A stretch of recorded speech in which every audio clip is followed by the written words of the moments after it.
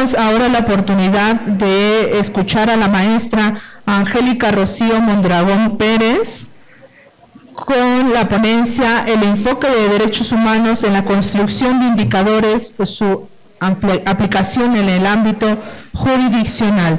Me voy a permitir presentarla, les pido por favor tomen asiento y guarden silencio. La maestra Angélica Rocío Mondragón Pérez es licenciada en Sociología por la UNAM, es maestra en Democracia y Derechos Humanos por la Flaxo, con un diplomado en Estadística aplicada en el ITAM. Actualmente es coordinadora de Información Pública Estadística del Poder Judicial de la Ciudad de México y antes fue la directora de Estadística de la Presidencia del Tribunal Superior de Justicia de la Ciudad de México. Del año 2004 al 2008 fue directora de comités especiales legislativos y judiciales en el Instituto Nacional de Estadística y Geografía, en donde operó la vinculación con INEGI por los poderes legislativo y judicial a través de los comités técnicos especiales. Cuenta con varios artículos publicados sobre el tema de indicadores y como responsable del área de estadística del Tribunal Superior de Justicia de la Ciudad de México y es coautora de publicaciones de los indicadores de acceso a un juicio justo en el anuario estadístico del Tribunal Superior de Justicia de la Ciudad de México, mismo que se ha venido publicando desde el año 2010. Muchísimas gracias a la maestra Angélica. Por favor, un fuerte aplauso y la escuchamos.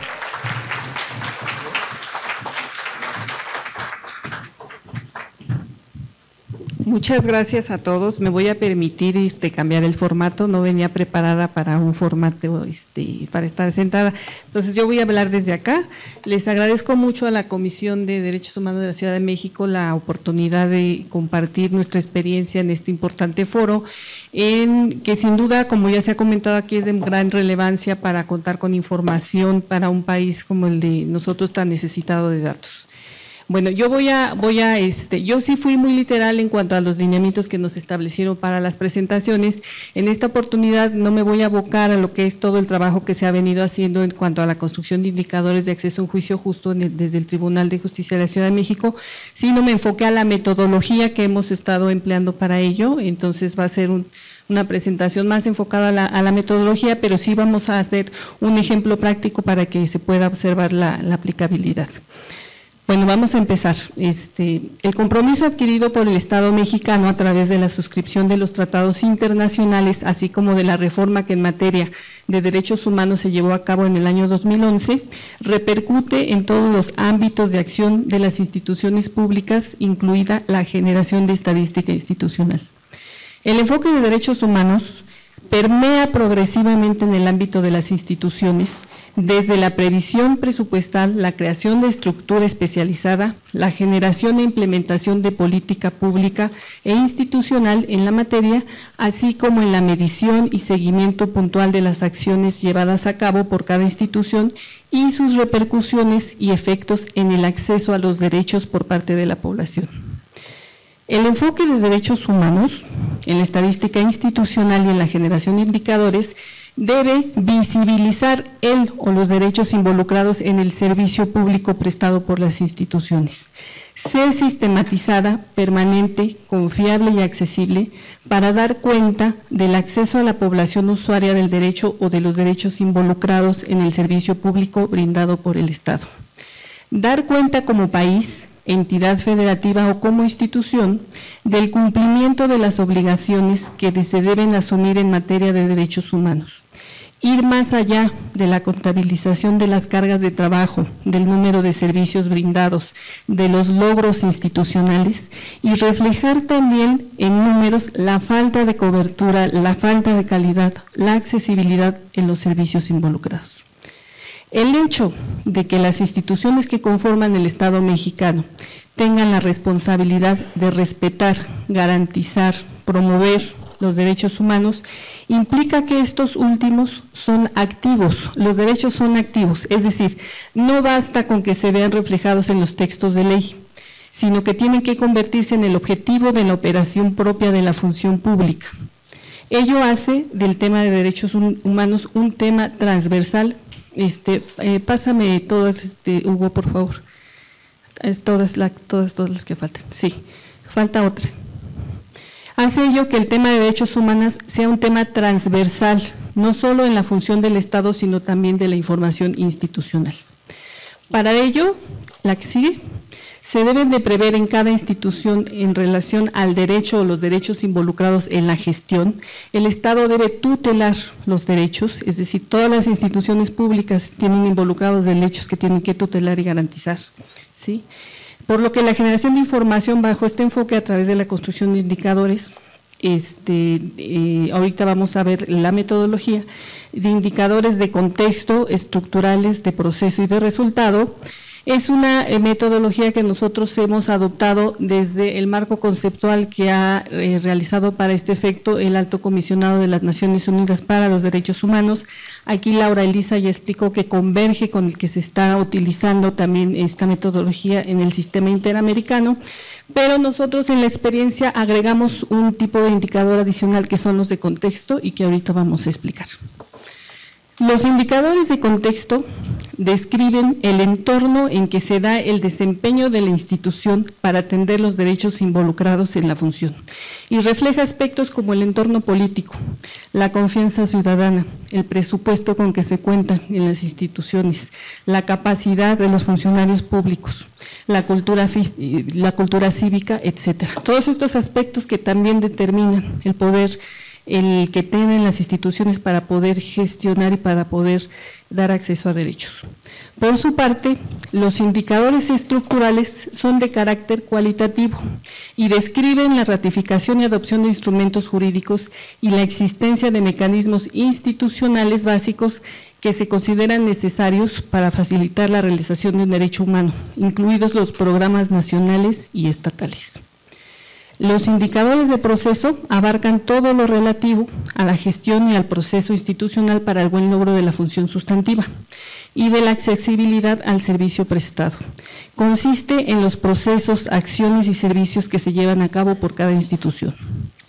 Finalmente, los indicadores de resultado miden el impacto de las acciones y de los procesos de gestión en la calidad y cobertura de los servicios y del acceso a los derechos.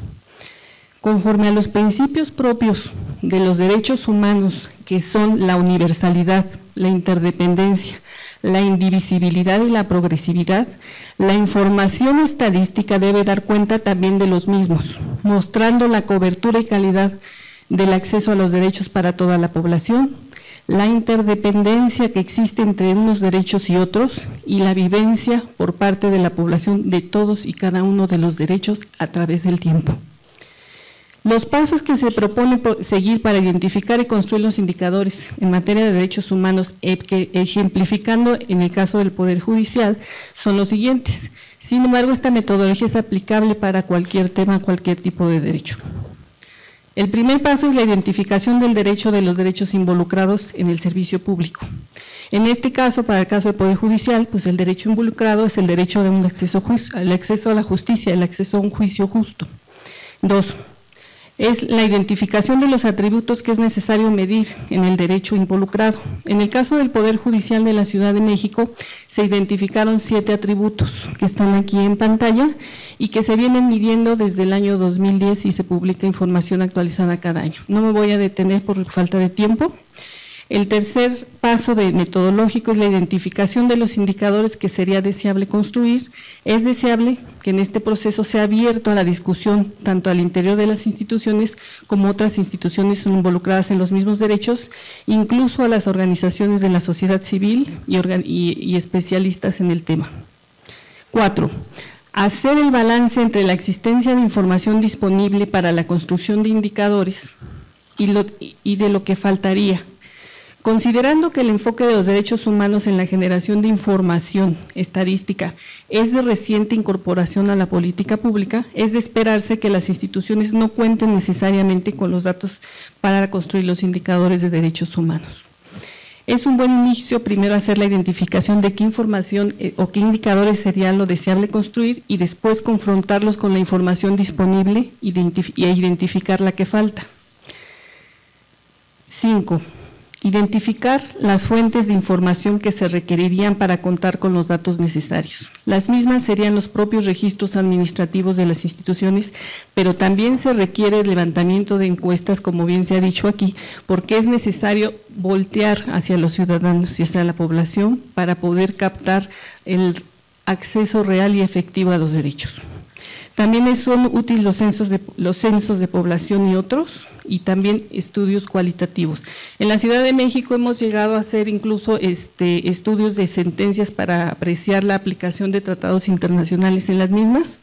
Eso, obviamente cada tema pues se tendría que ver qué tipo de estudios cualitativos también se tienen que hacer. El siguiente paso es la construcción de un plan de trabajo para la construcción de indicadores, el cual puede ser a corto, mediano o largo plazo. El plan que se defina debe considerar el balance hecho respecto a la información con que se cuenta para construir los indicadores. Si hay información disponible, esos serían los indicadores a construir a corto plazo, y la que faltaría sería a mediano plazo aquella que represente un costo adicional, por ejemplo, el pago de encuestas o de estudios cualitativos, y a largo plazo aquellos procesos que implican a la institución pues hacer una reingeniería completa de los procesos de integración de información estadística, que evidentemente eso implica mucho más tiempo. El siguiente paso es la elaboración de los indicadores con base en el plan trazado. El plan de trabajo debe someterse a consideración y aprobación de las altas autoridades de las instituciones a fin de institucionalizar el proyecto y darle la fuerza necesaria. Una vez autorizado el mismo, el área que se establezca como responsable para la construcción de los indicadores debe darse a la tarea de construirlos conforme al plan y asegurar la actualización de los mismos por lo menos cada año. Finalmente, se debe también establecer un mecanismo para ir proporcionando esta información a las autoridades, así como su difusión. Esta información permitirá hacer seguimiento de los programas nacionales y estatales de derechos humanos, así como contar con datos necesarios para los informes que debe rendir regularmente México a los comités de las Naciones Unidas. Bajo esta metodología de trabajo, la que sigue, Hugo, la que sigue. Esa.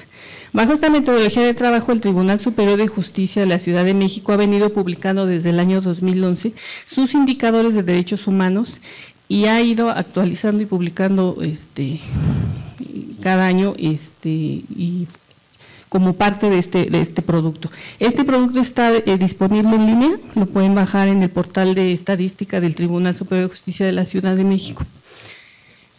La que sigue.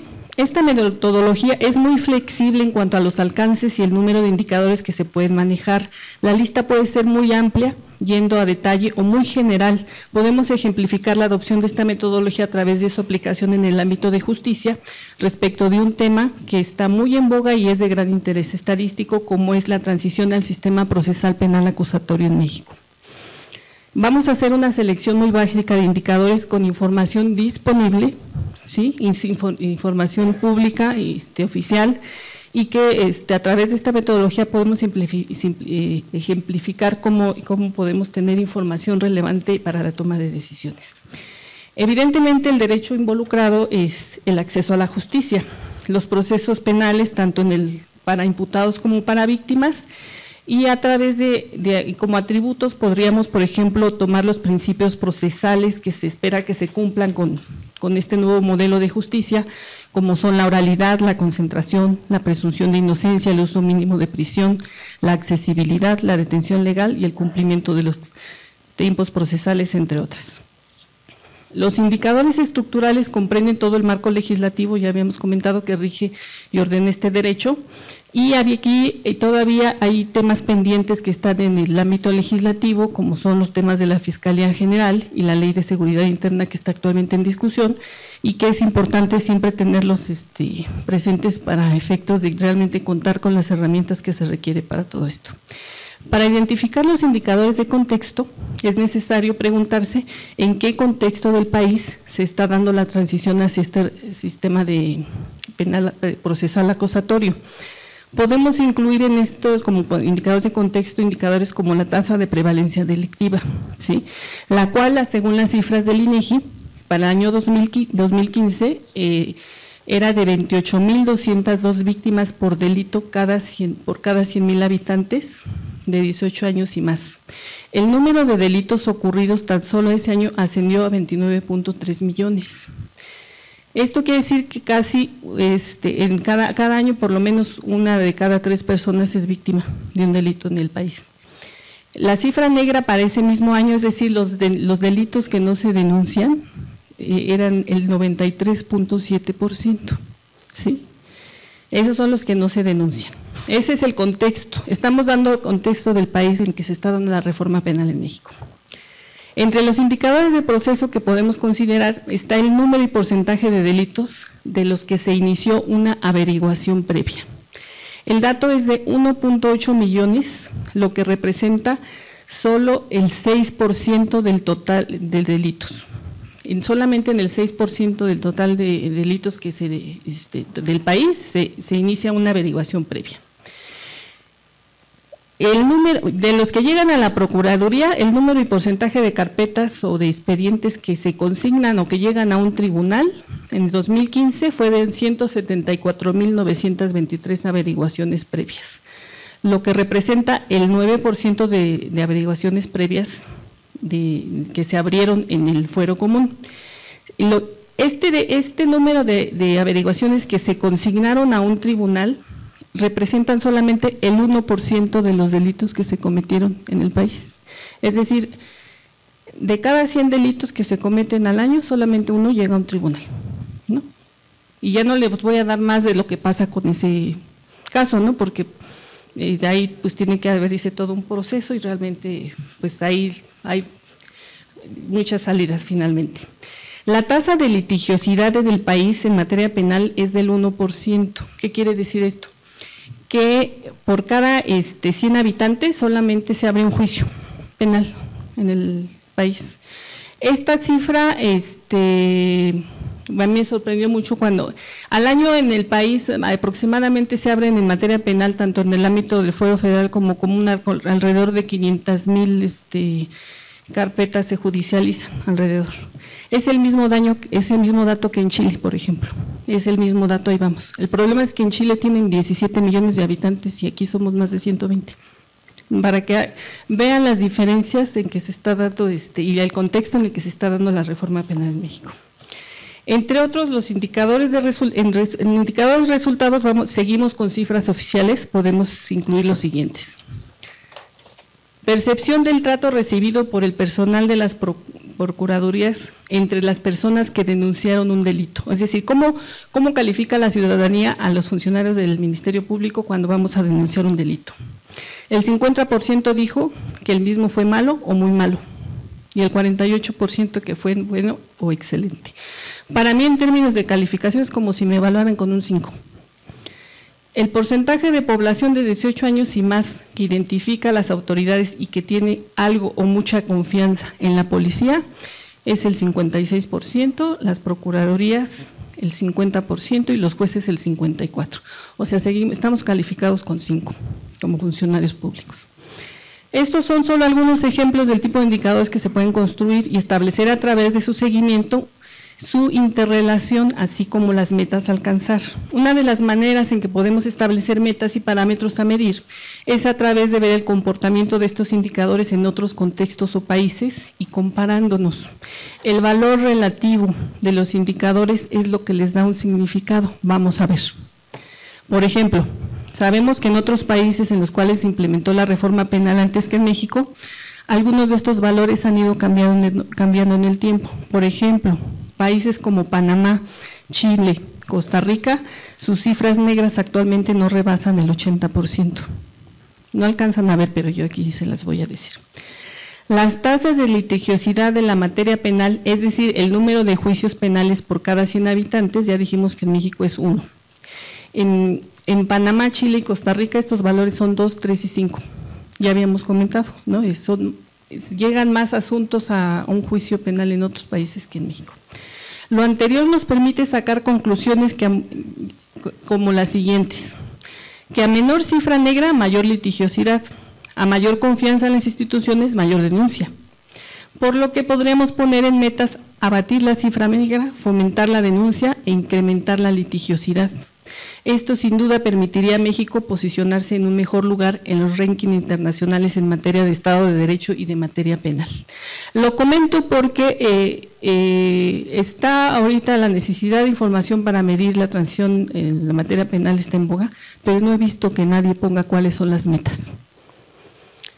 En el año 2015, el índice del Estado de Derecho, este índice lo calcula cada año el Proyecto de Justicia Mundial y mide diferentes factores, entre ellos la transparencia, los derechos humanos, y uno de los factores que mide también es la materia penal, la eficiencia de la materia penal. En ese año, en el año 2015, México ocupó el lugar 93 de 102 países, es decir, se ubicó entre los peor evaluados en materia penal, solo después de países como Venezuela, Honduras, Afganistán, Bolivia, Camboya, Belice, Myanmar, Guatemala y Pakistán. Los 3 países con los que nos hemos venido comparando quedaron mejor posicionados en este ranking. Panamá ocupó el lugar 90, Costa Rica el 31 y Chile el 32. Estos 2 últimos países quedaron más cercanos a países como Hungría, Malasia, Croacia y Rumania. Esta información nos permite tener parámetros para medir año con año la maduración, efectividad y eficiencia del sistema penal en México y realizar comparativos entre los poderes judiciales, no solamente respecto de otros países, sino entre las entidades federativas y el Poder Judicial Federal. Para todo eso hay datos. Toda esta información está al alcance de cualquier persona y en las fuentes oficiales y en los medios electrónicos. Y como estos, se pueden construir muchos otros indicadores para medir diversos aspectos de la operación del sistema de justicia y contar con elementos objetivos de evaluación, incluso relacionando el derecho a un juicio justo con otros derechos, como los derechos sociales y económicos, y asumiendo incluso la interrelación que existe entre unos y otros. Por ejemplo, medir la relación que existe entre los indicadores de educación y el acceso a la justicia, por ejemplo, entre el desarrollo económico y los niveles de inseguridad, o entre la competitividad del país respecto a la eficiencia del sistema de justicia, etcétera. Hay en el país mucha información e insumos que facilitan el ejercicio de la construcción de indicadores en temas interrelacionados, ya sea como una actividad de investigación académica, periodística, de curiosidad o incluso de arte. Solo es que queramos hacerlo. Muchas gracias.